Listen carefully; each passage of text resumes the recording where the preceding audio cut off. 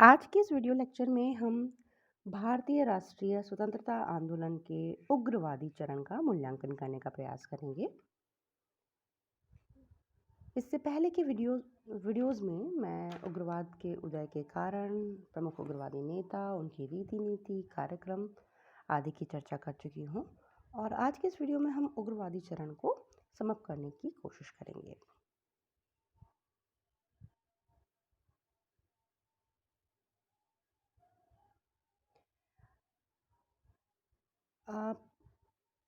मूल्यांकन से पहले जो अब तक हमने पढ़ा है उसको थोड़ा सा सार संक्षेप में देख लेते हैं।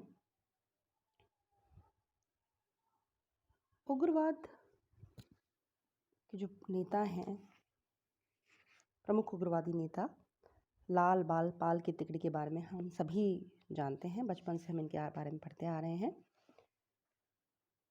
लेकिन क्या 1905 में उग्रवाद अचानक से जन्म लेता है? नहीं, ऐसा नहीं है। उग्रवादी प्रवृत्तियां 1890 के दशक से ही यत्र तत्र सर्वत्र हमें दिखाई देने लगती हैं। 1885 में कांग्रेस की स्थापना के साथ कांग्रेस का उदारवादी चरण शुरू होता है, लेकिन 1890 के दशक में ही हमें उदारवादी रीति नीति के विरुद्ध प्रतिक्रियाओं का आभास होने लगता है।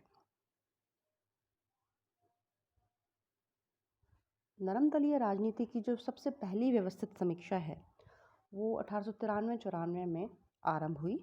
अरविंद घोष ने न्यू लैम्प्स फॉर ओल्ड के शीर्षक के तहत एक लेखों की श्रृंखला में यह समीक्षा प्रकाशित की।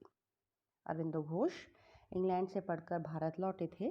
वे 19वीं शताब्दी के अंत तक गुप्त सभाएं संगठित करने का प्रयास कर रहे थे और जतीन्द्रनाथ बनर्जी और बारेंद्र कुमार घोष को बंगाल में अपना दूत बनाकर भेजने लगे थे।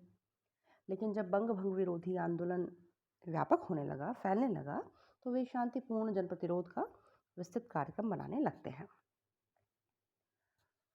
बंगाल में उदारवाद से मोहभंग और उग्रवाद की जो उभरती हुई प्रवृत्तियां हैं, उन्हें हम देखें तो ऐसी पहली अभिव्यक्ति अश्विन कुमार दत्त के रूप में हमें दिखाई देती है। अश्विन कुमार दत्त 22 साल में स्कूल के अध्यापक थे और वहाँ के विख्यात समाज सेवक थे। उनके पास वहाँ बड़ा जन आधार था बंगाल के 22 साल में। 1897 में ही अश्विन कुमार दत्त ने कांग्रेस के अमरावती अधिवेशन में कांग्रेस को 3 दिन का तमाशा कहा। इसी तरह से रविंद्रनाथ टैगोर जहाँ अपने साहित्य से देशभक्ति की भावना जागृत करने का प्रयास कर रहे थे, वहीं प्रत्यक्ष रूप से भी कांग्रेस की भिखमंगी नीति की आलोचना करके स्वदेशी उद्यमों और राष्ट्रीय शिक्षा के माध्यम से आत्मविकास का बार बार आह्वान कर रहे थे। मेलों और यात्राओं के माध्यम से और मातृभाषा के प्रयोग के माध्यम से जनसामान्य के साथ संपर्क स्थापित करने पर जोर दे रहे थे। इसी तरह से 20वीं सदी के आरंभ तक विवेकानंद की शिष्या सिस्टर निवेदिता, जो जिनका मूल नाम है मार्गरेट नोबल, जिन्हें कि आयरलैंड और यूरोप में क्रांतिकारी आंदोलन का अनुभव था, विवेकानंद के संदेशों को, जो स्वयं ही उग्रवादी हैं, विवेकानंद के संदेशों को राजनीतिक रंग देने लगी थीं। स्वदेशी उद्यमों की स्थापना भी प्रारंभ हो गई थी। वैज्ञानिक प्रफुल्ल चंद्र राय ने 1893 में बंगाल केमिकल्स की स्थापना की। सतीश मुखर्जी ने शिक्षा के क्षेत्र में डॉन सोसाइटी की स्थापना की। रविन्द्रनाथ टैगोर शांति निकेतन की स्थापना करते हैं। ये सब 1890 के दशक की बातें हैं। ऐसे ही अगर हम पंजाब में उग्रवादी प्रवृत्तियों को देखने का प्रयास करें तो 1890 के दशक में ही लाला हरकिशन लाल, जो कि ट्रिब्यून समाचार पत्र से जुड़े हैं, ने पंजाब नेशनल बैंक की स्थापना की और उनके साथ कॉलेज गुट वाले आर्य समाजी भी स्वदेशी उद्यमों में सक्रिय थे। ये लोग बैंकिंग और बीमा व्यवसाय में कार्यरत थे। 1901 के कायस्थ समाचार में छपे अपने लेख में लाला लाजपत राय ने कांग्रेस को अंग्रेजी शिक्षा प्राप्त अभिजन का निरर्थक वार्षिक उत्सव कहा और इसके स्थान पर उन्होंने तकनीकी शिक्षा और औद्योगिक स्वावलंबन की हिमायत दी। इसी लेख में उन्होंने खुलेआम और निडरतापूर्वक कांग्रेस को हिंदुओं के आधार पर ही संगठित करने को कहा, क्योंकि उनके अनुसार मुसलमानों के साथ एकता मात्र एक छलावा थी। अगर हम महाराष्ट्र में उग्रवादी चरण की बात करें, जो कि प्रारंभिक प्रवृत्तियां हैं या पूर्वाभास हैं, तो वास्तविक रूप से उग्रवाद का मार्ग प्रकाशित किया महाराष्ट्र के बाल गंगाधर तिलक ने। और तिलक 1890 के दशक से ही कुछ नए प्रयोग करते हमें दिखाई देते हैं। उन्होंने धार्मिक रूढ़िवादिता को जनसंपर्क के लिए प्रयास किया ताकि शिक्षित वर्ग और जनसामान्य के बीच संवाद संपर्क स्थापित हो और राष्ट्रीय गतिविधियों को व्यापक जनाधार मिले। इसके लिए तिलक एज ऑफ कंसेंट बिल पर सुधारवादियों का विरोध करते हुए दिखाई देते हैं। 1894 में वे गणपति उत्सव का आयोजन करते हैं। इसी तरह से वे एक देशभक्तिपूर्ण ऐतिहासिक पंथ की स्थापना का भी प्रयास करते हुए महसूस होते हैं, जो कि आगे चलकर राष्ट्रवाद का प्रमुख प्रतीक बन सकता था। और इस देशभक्तिपूर्ण ऐतिहासिक पंथ की स्थापना के लिए उन्होंने 1896 में शिवाजी उत्सव का आयोजन प्रारंभ किया। 1896-97 में वे लगान की न अदायगी का एक प्रकार का प्रयोग करते हैं। 1896 में ही सूती कपड़े पर जब जवाबी आबकारी कर लागू किया, तब वे बहिष्कार आंदोलन जैसे नए विचार को आजमाने का प्रयास करते हैं। और यह पद्धति ही बहिष्कार की 1905 के बाद मुख्य तकनीक होने वाली थी। 1902 में तिलक एक भाषण में घोषणा करते हैं, तुम भले ही दलित और उपेक्षित क्यों न हो, तुम्हें ये मालूम होना चाहिए कि यदि तुम चाहो तो प्रशासन को पंगु कर दो। तुम ही तो रेलें और तार चलाते हो, तुम ही तो हो जो बंदोबस्त करते और राजस्व की वसूली करते हो। ऐसी घोषणा करते समय तिलक शांतिपूर्ण जन प्रतिरोध और सविनय अवज्ञा की तकनीक का ही मार्ग ढूंढते प्रतीत होते हैं। तो तिलक की से जुड़ी इन सभी वक्तव्यों में, बिंदुओं में हमें उग्रवाद का पूर्वाभास, उग्रवादी विचारधारा का पूर्वाभास होता है और कहीं कहीं तो गांधीवादी रीति नीति का पूर्वाभास भी होता है, जैसा कि सविनय अवज्ञा, करों की न अदायगी, ये सब।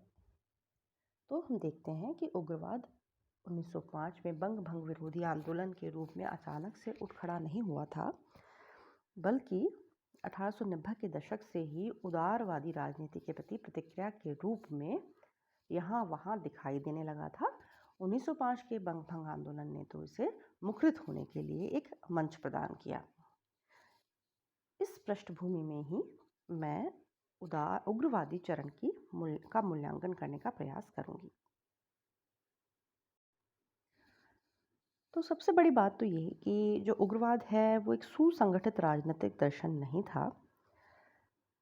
सभी नेताओं के राजनीतिक आदर्शों और कार्य प्रणालियों में अंतर था और स्वयं नेता भी लगातार अपने विचार और रीति नीतियों को परिवर्तित करते रहे। जैसे तिलक जो हैं वो प्रारंभिक रूप से हमें हिंदू पुनरुत्थानवादी और धार्मिक रूढ़िवादी दिखाई देते हैं और बंगाल में प्रमुख उग्रवादी नेता रविंद्रनाथ टैगोर भी प्रारंभ में हिंदू पुनरुत्थानवादी ही दिखाई देते हैं, किंतु जब बंग भंग विरोधी बहिष्कार और स्वदेशी आंदोलन के समय बंगाल में सांप्रदायिक दंगे हुए, उसके बाद उन्होंने हिंदू पुनरुत्थानवाद का दामन छोड़ दिया।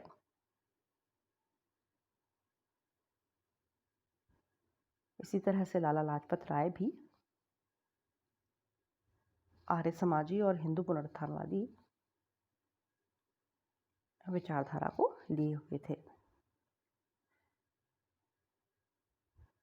दूसरा जो बात है वो ये कि उग्रवादी नेताओं की नीतियों में ढुलमुलपन दिखाई देता है, जैसे कि अरविंद घोष एक साथ क्रांतिकारी आंदोलन की तरफ और उग्रवादी आंदोलन की तरफ सशक्त रुझान दिखाते हैं, जबकि ये दोनों चीज़ें अलग हैं। और अंततः वह राजनीति से संन्यास लेकर पांडिचेरी में एक आध्यात्मिक आश्रम खोल लेते हैं। तिलक भी प्रारंभिक दौर में स्वराज प्राप्ति की सिंह गर्जना करते हैं, किंतु कालांतर में होम रूल लीग आंदोलन से जुड़ जाते हैं।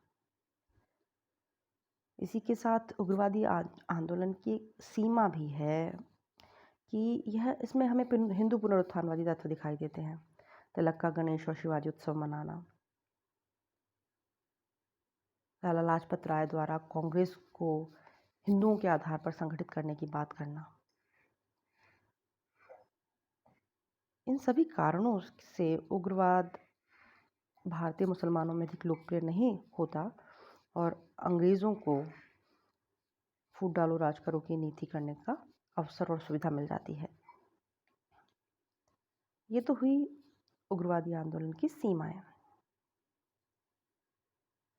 लेकिन इस आंदोलन की सबसे बड़ी उपलब्धि यह थी कि इन्होंने राष्ट्रवाद को व्यापक जनाधार प्रदान किया।